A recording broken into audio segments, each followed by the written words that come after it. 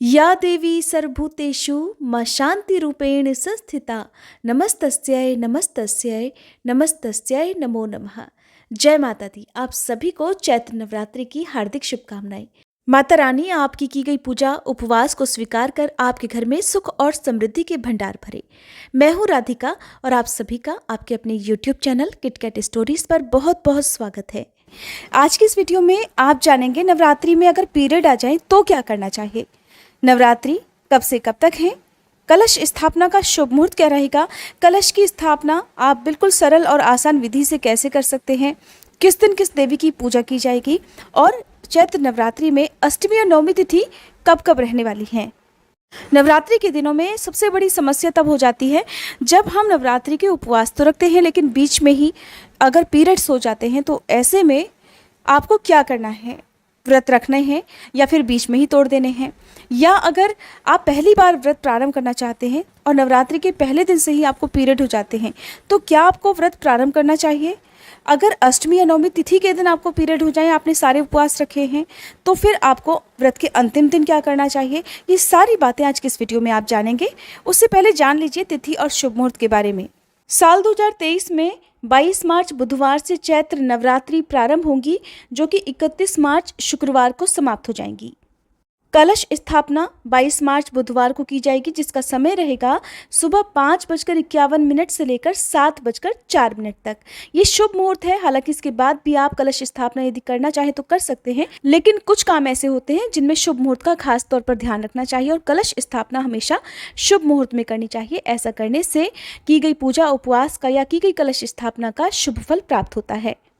अष्टमी तिथि रहेगी 29 मार्च बुधवार को, नवमी तिथि रहेगी 30 मार्च गुरुवार को, दशमी तिथि रहेगी 31 मार्च शुक्रवार को जिस दिन व्रत का पारणा किया जाएगा और कलश विसर्जन, दुर्गा विसर्जन आदि भी इसी दिन किया जाएगा। नवरात्रि के पहले दिन यानी कि 22 मार्च बुधवार को माँ शैलपुत्री की पूजा की जाएगी। 23 मार्च गुरुवार को दूसरा दिन रहेगा, माँ ब्रह्मचारिणी की पूजा इस दिन की जाएगी। 24 मार्च शुक्रवार को तीसरा दिन और माँ चंद्रघंटा की पूजा इस दिन की जाएगी।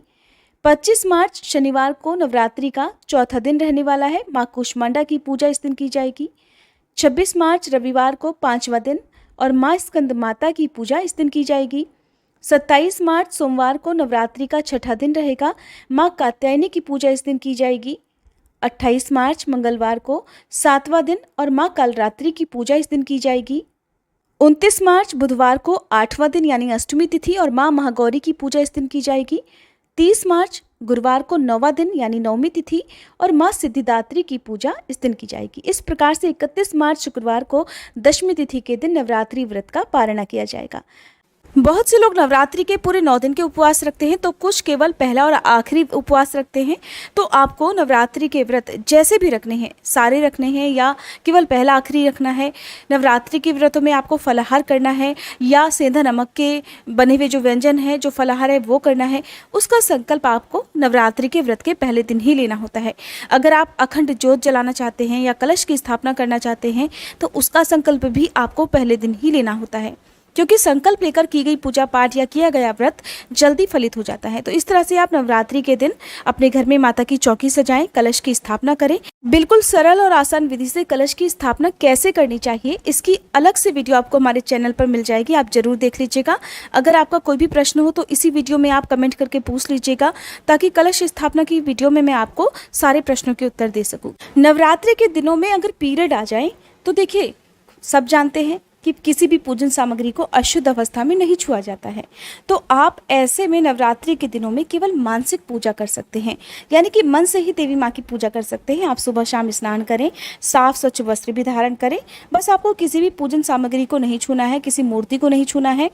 और क्योंकि शिव महापुराण में भी इस बात को आप अच्छे से सुन सकते हैं, जो कि अभी हाल ही में हमने इसी चैनल पर आपको शिव महापुराण कथा सुनाई थी, उसमें स्वयं भगवान कहते हैं कि अगर कोई व्यक्ति खुद स्नान करने में समर्थ नहीं है, खुद से पूजा पाठ करने में समर्थ नहीं है, तो बिना स्नान किए भी आप अपने मन में स्नान का भाव करके कि आपने मन से स्नान कर लिया और मन में ही आप हर उस वस्तु का ध्यान करें जो जो आप अपने आराध्य देवी देवता को अर्पण करना चाहते हैं। इस प्रकार से की गई पूजा मानसिक पूजा कहलाती है। तो आप इंटरनेट पर सारी विधि देख सकते हैं, आराम से कथा भी पढ़ या सुन सकते हैं। दुर्गा सप्तशती के पाठ, पूरे 9 दिन की कथाएं, पूजा विधि और आरती की मंत्रों की सारी जानकारी आपको लगातार 9 दिन तक हमारे चैनल पर भी मिलती रहेगी। आप चाहें तो हमारे चैनल पर या जिस भी चैनल को आप फॉलो करते हैं वहाँ पर जाकर आप इन कथाओं को, इन सब चीज़ों को देख सकते हैं। तो देखिए, आप नवरात्रि के 9 दिनों में यदि आपको पीरियड होते हैं तो आप मानसिक पूजा जरूर करें, व्रत ना छोड़ें, मन से ही आप सारी पूजा करें। कहते हैं अगर सच्चे मन से हम पूजा करते हैं, हमारे पास सामग्रियों का अभाव होता है तो अभाव जरूर होता है, लेकिन अगर हमारे भाव सच्चे हैं और हमारे भावों में किसी प्रकार की कोई कमी नहीं है तो माता रानी हमारी पूजा को या इस प्रकार के उपवास को जरूर स्वीकार करती है। तो मन में किसी प्रकार का वहम ना रखें कि आपने खुद से पूजा नहीं की है, आपको मन में बुरा नहीं लगना चाहिए। पीरियड्स की स्थिति में आप अपने ही परिवार के किसी भी सदस्य से, चाहे वो कन्या हो, कोई पुरुष हो या आपके घर में माता बहन हो, उनसे आप पूजा करवा सकते हैं। कई बार हम अकेले बाहर रहते हैं तो घर परिवार का कोई सदस्य साथ में नहीं होता है, ऐसे में आप आसपास के लोगों से भी अपने घर में माता रानी की पूजा करवा सकते हैं। जो लोग भी नवरात्रि के उपवास हर साल रखते हैं तो उनके लिए मैं एक बात बता दूं कि अगर आपको इस नवरात्रि पहले दिन से ही पीरियड हो जाते हैं तो भी आपको ये व्रत रखना चाहिए, अधूरे नहीं छोड़ने चाहिए। जितने भी व्रतों का आपने संकल्प लिया है, जैसे कुछ लोग साल का या कुछ लोग 5 साल या 7 साल के उपवास रखने का ऐसा संकल्प लेते हैं, कुछ आजीवन रखते हैं, तो उस तरह से आपको पालन करना है, आपको व्रत रखने हैं। लेकिन जो भी महिलाएं, जो भी कन्याएं इस व्रत को पहली बार प्रारंभ करना चाहती हों और अगर आपको व्रत के पहले दिन से ही पीरियड हो जाते हैं तो फिर ऐसी स्थिति में आपको व्रत प्रारंभ नहीं करने चाहिए, क्योंकि व्रत हमेशा शुभ और हमेशा शुद्ध स्थिति में ही प्रारंभ किए जाते हैं, तभी वो व्रत मान्य होते हैं। इसलिए आपको इस बात का ध्यान रखना है। अगर अष्टमी या नवमी तिथि के दिन आपको पीरियड्स हो जाते हैं तो भी ऐसी स्थिति में आप अपने ही परिवार के किसी अन्य सदस्य से माता रानी को भोग लगाकर, आपके यहाँ चाहे अष्टमी पूजन होता हो या नवमी पूजन होता हो, तो कन्या पूजन भी आप किसी और से आराम से करवा सकते हैं। उन्हीं के हाथों से आप विसर्जन भी करवा सकते हैं।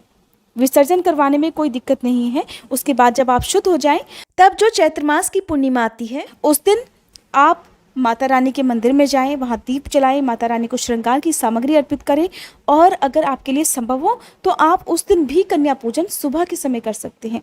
पूर्णिमा की तिथि बहुत ही शुभ मानी जाती है उन लोगों के लिए जो नवरात्रि में अशुद्ध हो गए हों, जैसे पीरियड्स हो जाते हैं, पूजा ना कर पाते हों या अष्टमी नवमी का पूजन आप ना कर पाए हों।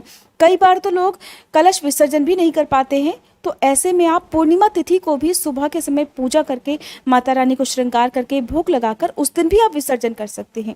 जो चौकी हटाई जाती है वो उस दिन भी आप कर सकते हैं। अगर आप अष्टमी नवमी तिथि के दिन अशुद्ध हैं, आपके घर परिवार में या आपके आसपास कोई भी आपके हिस्से की पूजा या विसर्जन करने वाला यदि नहीं मिलता है, तब तो पूर्णिमा तिथि के दिन आप चाहें तो कन्याओं को भोजन करा सकते हैं। कन्या के साथ में एक बटुक भैरव की पूजा जरूर करें और अगर आप ऐसा नहीं कर पाते हैं तो मंदिर में, जो माता रानी का मंदिर होता है, वहाँ पर 9 कन्याओं और एक बटुक भैरव के जो भी पूजन में सामग्री लगती हो, चाहे वो आप सामग्री दान में दे दें या दक्षिणा वगैरह आप दान में दे सकते हैं।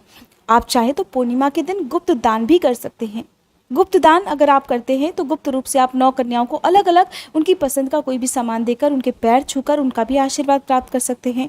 हालांकि गुप्त नवरात्रि के दिनों में ये काम किया जाता है, लेकिन अगर आप पीरियड्स की स्थिति में पूर्णिमा के दिन ही काम करते हैं तो कहते हैं कि माता रानी आपकी किसी भी गलती को क्षमा कर देती हैं, बहुत आसानी से आप पर प्रसन्न हो जाती हैं।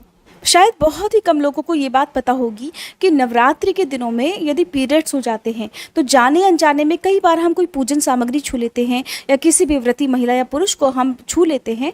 जैसे कि कई बार कोई पूजा करने जा रहा हो और हम उससे छू जाएं तो उससे भी दोष लगता है। व्रती महिला पुरुष को तो लगता ही है, जो भी अशुद्ध स्थिति में महिला या कन्या होती है उन्हें भी दोष लगता है। इन्हीं सब दोषों से बचने के लिए, यानी कि पीरियड्स का जो दोष लगता है, चाहे वो नवरात्रि के व्रत हो या कोई भी व्रत आप हफ्ते में रखते हो या महीने में रखते हो, उन सब जो पीरियड्स की अवस्था में किए जाते हैं व्रत, तो उस दोष से बचने के लिए साल भर में एक व्रत आता है, उसे आप सभी को जरूर रखना चाहिए। कहते हैं पूरे साल भर में यदि आपको पीरियड्स के समय किसी पूजन सामग्री को आपने छू लिया हो तो उससे जो दोष लगता है उससे बचने के लिए ऋषि पंचमी का उपवास रखा जाता है। आपको हमारे चैनल पर हर व्रत की तिथि, शुभ मुहूर्त और उसका महत्व और क्यों वो व्रत रखा जाता है, उस व्रत को रखने से क्या फल मिलता है, इसकी जानकारी समय से बहुत पहले ही मिल जाती है। अगर आप चाहें तो हमारे चैनल पर समय समय पर अपलोड होने वाली ये वीडियो जरूर देखिएगा। ऋषि पंचमी का ये त्यौहार या व्रत भाद्रपद महीने के शुक्ल पक्ष की पंचमी तिथि को मनाया जाता है। कई बार पीरियड्स की स्थिति में हम कोई नियम तोड़ देते हैं, व्रत बीच में अधूरा छोड़ देते हैं, तो उससे लगने वाला जो भी पाप है, उस पाप को या उस दोष को दूर करने के लिए ही ऋषि पंचमी का व्रत रखा जाता है, जो कि साल 2023 में आप रख सकते हैं 20 सितंबर को। इस दिन सप्त ऋषियों के साथ माता अरुंधति की पूजा की जाती है। लोगों के मन में नवरात्रि को लेकर एक और प्रश्न रहता है कि क्या कलश की स्थापना हमें सबको करनी चाहिए। तो देखिए, कलश की स्थापना करना अनिवार्य नहीं है, लेकिन माना यह जाता है कि अगर नवरात्रि के दिन में कलश की स्थापना की जाए तो कलश की स्थापना के साथ ही सभी नवग्रहों की भी स्थापना हो जाती है। नवग्रहों की शांति के लिए ही कलश स्थापना भी करते हैं। कलश स्थापना करने के साथ ही साक्षात माँ लक्ष्मी जी का वास घर में हो जाता है। बहुत सारी शुभ शक्तियों का प्रवेश आपके घर में हो जाता है।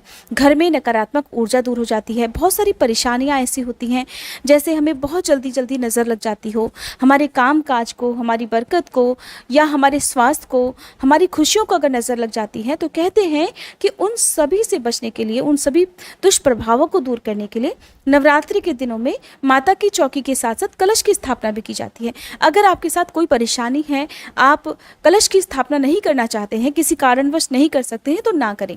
बहुत से लोग कलश की स्थापना के साथ ज्वारे भी बोते हैं। हालांकि ज्वारे बोना सभी के लिए अनिवार्य नहीं है, आपकी अपनी श्रद्धा है। आप बिना कलश स्थापना के भी 9 दिन माता रानी की पूजा कर सकते हैं। अखंड ज्योत जलाने को लेकर भी यही नियम है। हालांकि अखंड ज्योत पूरे 9 दिन तक ही जलाई जाती है, लेकिन जिनको बहुत ज़्यादा मन हो अखंड ज्योत जलाने का, किसी कारणवश आप पूरे 9 दिन तक ना भी जला पाए, तो आप केवल 24 घंटे भी अखंड ज्योत जला सकते हैं। जैसे पहले दिन अगर आप संकल्प लेते हैं कि आप केवल 24 घंटे अखंड ज्योत जला सकते हैं, उसके बाद आप नॉर्मल तरीके से सुबह शाम ही ज्योत जलाएंगे, तो आप क्या करेंगे कि पहले दिन जब आप कलश की स्थापना करते हैं उस समय आप अखंड ज्योत जला लें। उसमें घी वगैरह जो भी आप यूज़ करते हैं वो इतना डालें या बीच बीच में डालते रहें, ताकि वो 24 घंटे तक, यानी कि अगले दिन जो आप पूजा करेंगे माता ब्रह्मचारिणी की, उस समय तक वो ज्योत जले। सुबह की पूजा आप आराम से कर लें, उसके बाद वो ज्योत अपने आप ही शांत हो जाए। तो इस तरह से आपको अखंड ज्योत जो है 24 घंटे के लिए भी जलाने का समय मिल जाएगा। और उसके बाद आप नॉर्मल तरीके से जो सुबह और शाम ज्योत जलाते हैं वो आप जला सकते हैं। ऐसा इसलिए क्योंकि अखंड ज्योत जलाने का बहुत सारा नियम है, बहुत सारी सावधानियाँ बरतनी होती हैं। और नवरात्रि के पूरे 9 दिन में जो भी उपवास रखते हैं उन्हें अपने घर का दरवाज़ा बंद करके बाहर नहीं जाना चाहिए। मतलब रात के समय नहीं जाना चाहिए। आप दिन के समय जैसे कामकाजी हैं तो आप जा सकते हैं, लेकिन रात में आपके घर में बाहर से मुख्य द्वार पर ताला ना लगे, इस बात का आपको ध्यान रखना है। आपके घर में कोई ना कोई सदस्य माता रानी के साथ होना चाहिए। उम्मीद करती हूँ कि नवरात्रि के दिनों में अगर पीरियड हो जाएं तो पूजा कैसे करनी चाहिए, क्या करना चाहिए, क्या नहीं करना चाहिए, ये जानकारी आपको या आपके सारे प्रश्नों का जवाब इस वीडियो में आपको मिल गया होगा। अगर ये जानकारी आपको पसंद आई हो तो प्लीज़ वीडियो को लाइक कीजिएगा। आपका कोई भी प्रश्न हो, कोई सुझाव हो तो कमेंट बॉक्स में लिख सकते हैं। अखंड ज्योत कैसे जलाई जाती है, कलश की स्थापना कैसे की जाती है, अंतिम दिन विसर्जन या कन्या पूजन कैसे किया जाता है, अष्टमी और नवमी तिथि को अगर आपको पूजन के लिए कन्याएं ज़्यादा ना मिले तो आप कन्या पूजन कैसे कर सकते हैं, कलश विसर्जन में किन किन सामग्रियों को घर में ही रखा जाता है, किन का विसर्जन कर दिया जाता है, और नवरात्रि व्रत के पारण के दिन एक काम सभी को जरूर करना चाहिए, वो कौन सा काम है, इस बारे में जानने के लिए आप हमारे चैनल पर आगे आने वाली वीडियो को जरूर देखिएगा। नवरात्रि के पूरे 9 दिन माता रानी को किन किन व्यंजनों का भोग लगाया जाता है, कौन से विशेष बीज मंत्र, स्तुति मंत्र किए जाते हैं, और कौन सी कथा सुनी जाती है, या दुर्गा सप्तशती के कौन कौन से पाठ कितने कितने दिन किए जाते हैं, इन सब की जानकारी आप हमारे चैनल पर जरूर देखिएगा।